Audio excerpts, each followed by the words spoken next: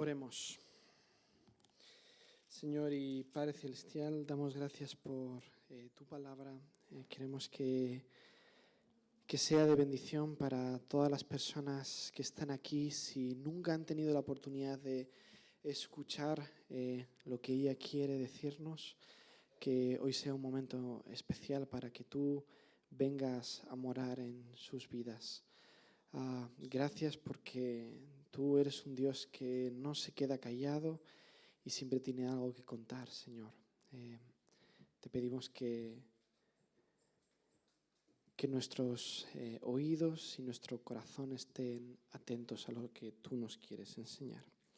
En tu nombre oramos. Amén. Muy buenos días a todos. Estamos en época navideña y no sé a cuántos de vosotros os gusta la Navidad. Podéis levantar la mano. ¿A cuántos os gusta la Navidad? Hay gente que no ha levantado la mano. ¿A cuántos no es que precisamente les guste mucho la Navidad? Ok, entonces todos hemos levantado la mano. Hay gente que ha votado en blanco. Pero yo ciertamente sé y conozco a algunas, y a lo mejor tú conoces a algunas personas que no les gusta mucho la Navidad, porque esta época del año no es precisamente agradable para ellos. Hay quienes viven la Navidad en soledad, mientras todos estamos en casa con los churros, el chocolate caliente y la familia. Hay mucha gente que no tiene mucha familia aquí, por diversas razones, porque han nacido huérfanos, porque han venido del extranjero y tienen a toda su familia fuera. Y este tiempo se convierte para ellos en un tiempo de frío, dolor, incluso doloroso. Y para otros la Navidad está relacionada con momentos de tensión. Al menos en España se sabe que los mayores conflictos bélicos han comenzado en una mesa de Navidad, entre familia, ¿no? Pues tristemente hay familias que no se hablan desde mucho tiempo porque un conflicto comenzó en una mesa de Navidad. Cuando un cuñado o cuando alguien tiene la mejor idea de decir y dar su opinión sobre el gobierno actual o habla de temas candentes, ¿no? Y uno ahí choca y encuentra opiniones distintas. En esta época del año, cuando hasta a los ateos no les importaría ser cristianos por el tema de las vacaciones, nosotros celebramos una cosa, el nacimiento de Cristo. Pero es curioso, mucho del contexto en el que nació Jesús tiene poco que ver con las Navidades tal como las vivimos hoy. Ahora todo gira en torno al consumo, a las decoraciones y a la música alegre. Sin embargo, el nacimiento de Jesús tuvo lugar en un escenario muy, muy distinto. Era un mundo marcado por la desigualdad, un rey despota y poderoso llamado Herodes frente a la humildad de un bebé pobre e indefenso, una joven inexperta enfrentándose al reto de dar a luz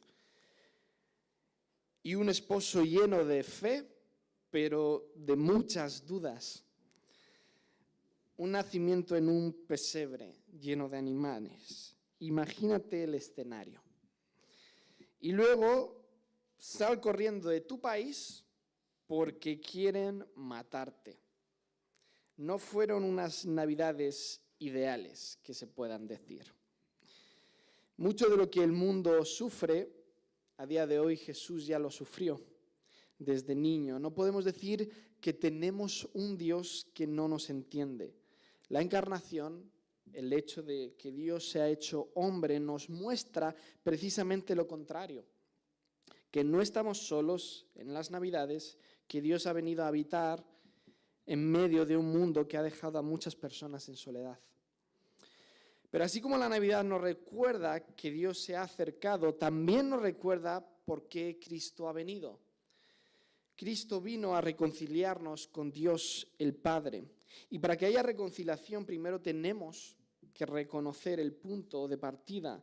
No solo somos víctimas de un mundo solitario, consumista y egoísta, también somos parte del problema. Somos culpables delante de un Dios santo. Hoy voy a estar predicando en la epístola de Santiago, capítulo 4, si queréis buscarlo en vuestras Biblias.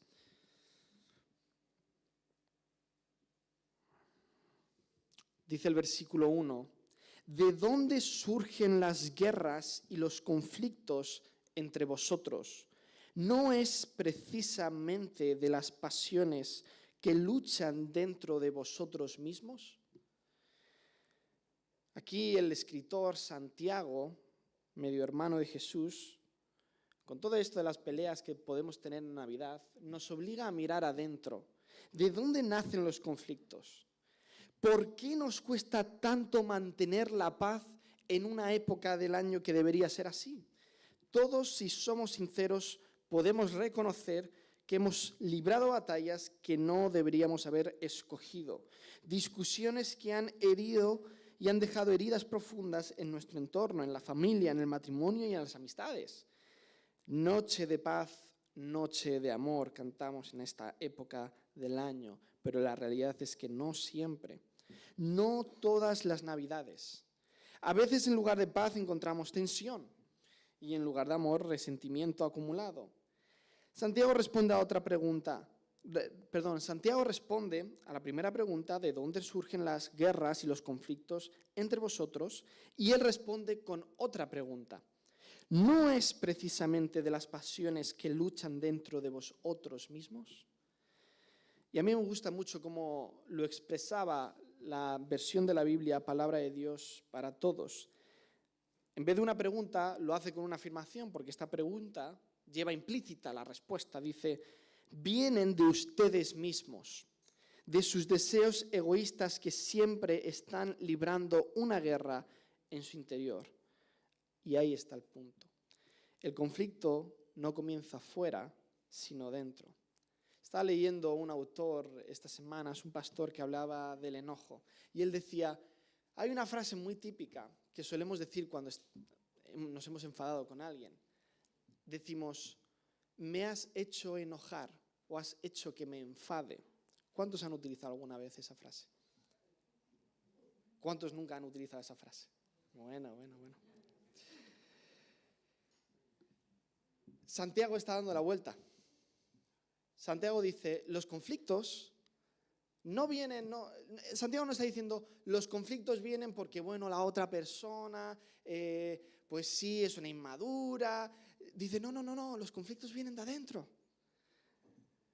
Tú has decidido enojarte frente a una situación y este pastor escribía parte de su experiencia personal. Decía, recién casado con mi esposa, empezamos a tener conflictos naturales, vamos a decir. Pero ¿qué pasa?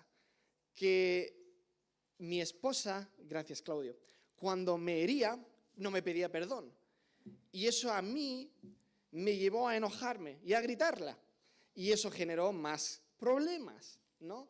Y esto lo llevaron a un profesional familiar y él llegó lleno de lágrimas un día hablando con el profesional y le dijo, mira, yo no quiero que mi mujer deje de fallar, es inevitable, mi mujer me va a fallar, yo no estoy pidiendo que deje de pecar, yo no estoy pidiendo que mi mujer sea perfecta, yo solo estoy pidiendo que mi mujer cuando me haga daño me pida perdón. Y todo esto él expresaba que se lo decía con lágrimas y él ya estaba como, bueno, ya he dado mi discurso y uno esperaba como una palmadita en la espalda y le dijera, no pasa nada, te entiendo, pobrecito, ¿no?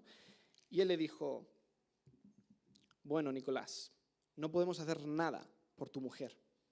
Ella ya sabe que lo que hace está mal. Ahora quiero hablar sobre tu enojo. Y él dice, ¿sobre mi enojo? ¿Cómo que sobre mi enojo? Ella es el problema, no yo. Y dice, ¿cómo reaccionaría Jesús ante un conflicto? Y él dijo que estuvo odiando al terapeuta durante 2 semanas porque no le dio muchas de las respuestas que él quería. Y él también contaba una historia un poco parecida, pero en vez del enojo, con unos niños. Él es argentino y él decía que en la comunidad donde él vivía abrieron por primera vez, hace ya años, un centro comercial, ¿no?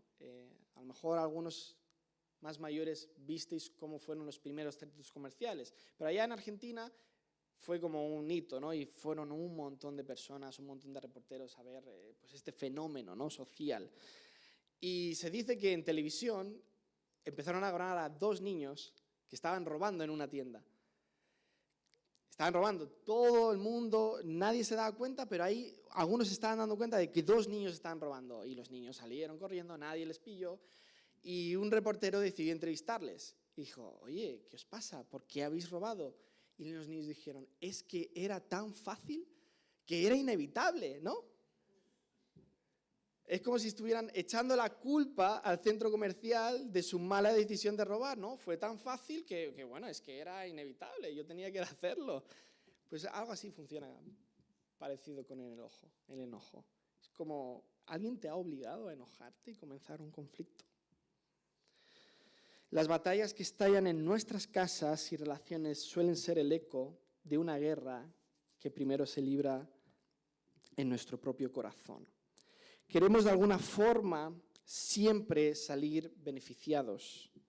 El ser humano por sí solo no tiene como primera respuesta el arrepentimiento. Hay una autojustificación, un retorcer la versión de los hechos, el yo no dije, fuiste tú dijiste, y hay un afán constante por tener la razón, pero eso a veces nos lleva a ver el resto de personas como cosas que simplemente podemos saltar por encima.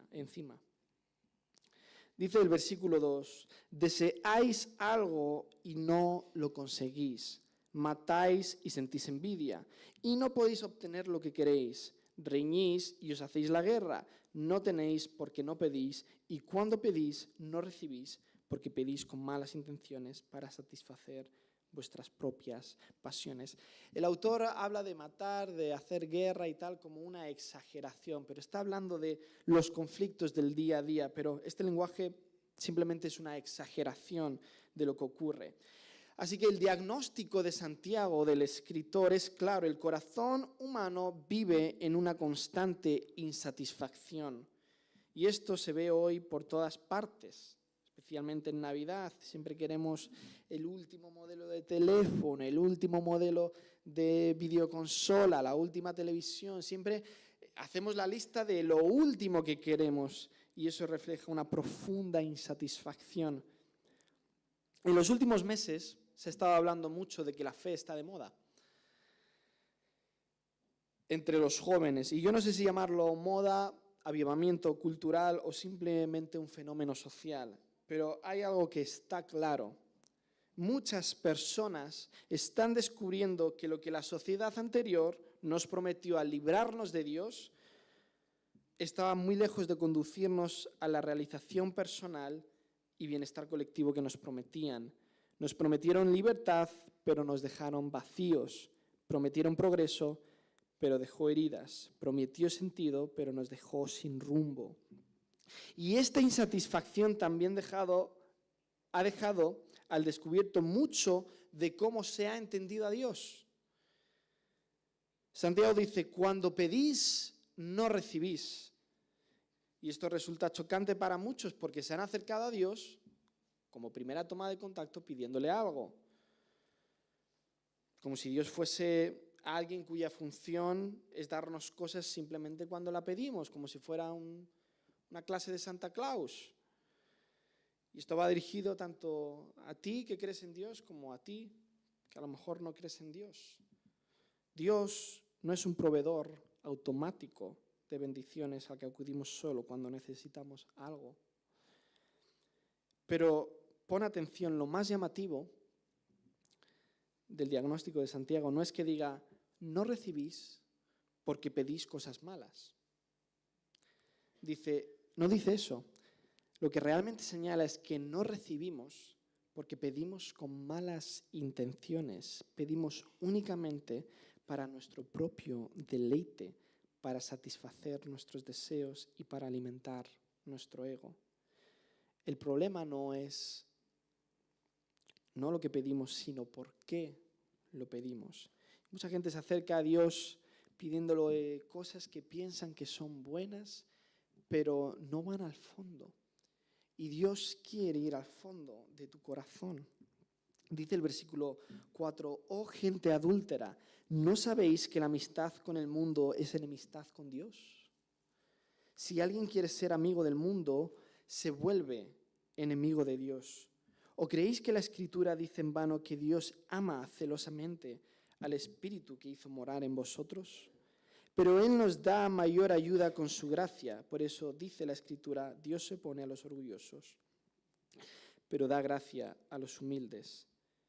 Todo lo que Santiago ha descrito antes, los deseos egoístas, la insatisfacción, las peticiones con malas intenciones, los conflictos y la guerra, pinta un tipo de vida que Dios no desea para nosotros.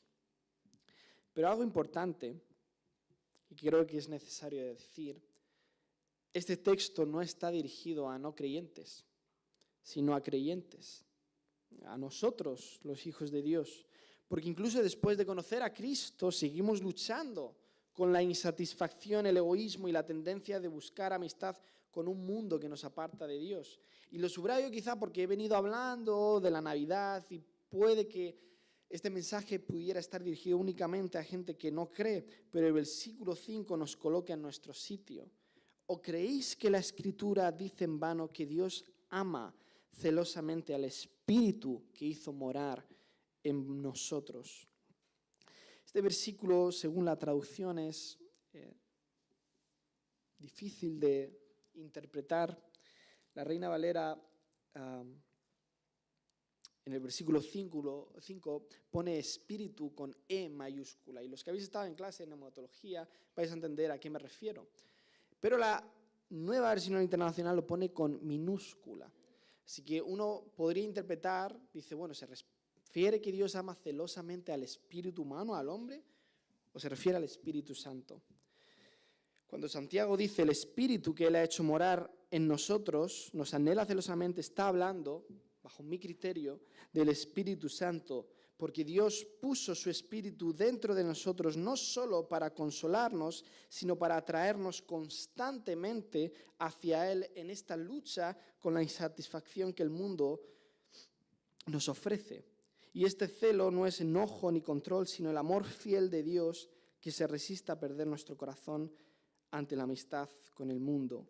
Dios habla de esta forma porque nos ama, porque nos pertenece y porque nos ha puesto su Espíritu y porque ha puesto su Espíritu en nosotros y no porque está dispuesto y porque no está dispuesto, a compartir nuestro corazón con nada ni con nadie que nos pueda destruir. Pero la esperanza para todos los pecadores es la misma, seas cristiano o no. La gracia de Dios. Dice el versículo 6, pero Él nos da mayor ayuda con su gracia. Por eso la Escritura dice, Dios se opone a los orgullosos, pero da gracia a los humildes. Es un mensaje que suena desde la Navidad. Cuando María da el anuncio de que está embarazada del Salvador del mundo, ella canta una canción que se nos conoce como el Magnificat. Bendice alma mía al Señor. Dice los versículos, una parte de la canción dice, quitó de los tronos a los poderosos y exaltó a los humildes. Pero hermanos, la humildad que recibe la gracia requiere una cosa. Dice el versículo 7, así que someteos a Dios. Versículo 7, así que someteos a Dios. Resistid al diablo y él huirá de vosotros.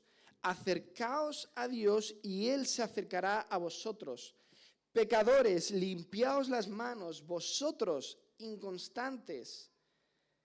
Purificad vuestro corazón, reconoced vuestras miserias, llorad y lamentaos, que vuestra risa se convierta en llanto y vuestra alegría en tristeza.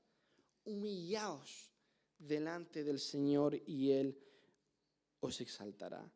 La humildad comienza con un corazón sometido a Dios.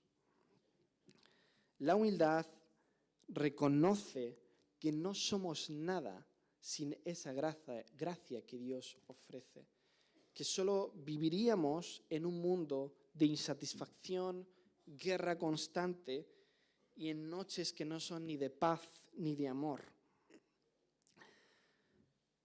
La humildad reconoce que todo aquello de lo que podríamos sentirnos orgullosos puede convertirse en un puente para la tentación y puede convertirse en una puerta abierta para que Satanás nos lleve a compararnos, a creernos superiores y a provocar guerra y conflicto. Resistid la tentación. No hay pecado más sutil y destructivo que el orgullo. El orgullo roba la paz porque silencia muchas veces las voces de los otros. Muchas veces el arrepentimiento en un conflicto matrimonial o de cualquier otra índole no viene por razones de orgullo. El orgullo siempre necesita tener la razón. La humildad, en cambio, reconoce que todo lo que somos y lo que tenemos proviene de Dios. Dice, acercaos a Dios. Y la promesa es clara, Él se acercará a vosotros. La Navidad nos recuerda precisamente esta verdad. Dios no se quedó lejos, se acercó a nosotros. La Navidad es el mejor momento para mirar al pesebre y reconocer que este niño es el Salvador y también el juez del mundo. Arrepintámonos, pues, de nuestra guerra interior. Reconozcamos que Dios es la única fuente de nuestra verdadera satisfacción y plenitud. Tu alegría, todo lo que puedas sentir momentáneamente, se puede ir en cuestión de segundos. La alegría no es duradera. Se ve mucho en los niños, ¿no? A un niño dale un helado, si se le cae, ya no es feliz. Así funciona muchas veces la alegría. Pero Dios nos promete que si bebemos del agua que Él nos da, jamás tendremos sed. Volvamos pues a Dios. Reconoce cuánto lo necesitas cada día, cada momento, cada instante. Humillarse delante de Dios a diario tiene una promesa clara. Dios exalta a los humildes, pero cuando intentamos exaltarnos a nosotros mismos, Dios, en su amor, nos humillará. Hermanos, la Navidad no solo es un recuerdo bonito ni una tradición entrañable. Es una invitación a bajar de nuestros tronos, a dejar de luchar por tener siempre la razón y a rendir esa guerra interior que nos roba la paz. Hoy no se nos pide que aparentemos alegría, sino que seamos honestos, que reconozcamos nuestras necesidades, que dejemos de buscar satisfacción en cosas que no pueden sostener el alma. El pesebre nos recuerda que Dios se acercó, pero Santiago hoy nos recuerda que ahora somos nosotros los que debemos acercarnos humildemente a un Dios que se ha acercado a nosotros y que nos ama. Si hoy reconoces orgullo en tu corazón, conflictos no resueltos, envidias, durezas o una fe fría y distante, este es el momento. Humillaos delante del Señor y Él os exaltará. No mañana, sino hoy. Oremos. Señor y Padre Celestial, queremos rendir nuestros corazones a ti y pedirte perdón porque en esta época del año deberíamos observarte más a ti y a la razón por la cual tú viniste al mundo y dejar de mirarnos a nosotros mismos. Que nuestras miradas hacia nosotros sean simplemente puentes para reconocer que fallamos, que a veces escogemos batallas que no debemos luchar, que a veces hay una insatisfacción profunda y solo queremos saciarnos nosotros mismos. Y todo lo que ha dicho Santiago resume egoísmo en el corazón humano. Pero gracias porque, Señor, tú das un mejor camino. pero nos pides que nos acerquemos a ti humillados y arrepentidos, y tú nos darás una mayor gracia. Gracias porque nos has amado tanto que no has escatimado, Señor, el dar a tu Hijo para salvarnos. Tú no eres egoísta y tú nos llamas hoy a arrepentirnos y acercarnos delante de ti. Señor, que la Navidad sea esa oportunidad para conocerte más y adorarte más, que podamos acercarnos a los corazones solitarios y Señor, que prediquemos a corazones que están en conflicto. Gracias porque no eres un Dios lejano, porque eres un Dios que se acerca a pesar de nuestros fallos. En nombre de tu Hijo Jesús oramos. Amén.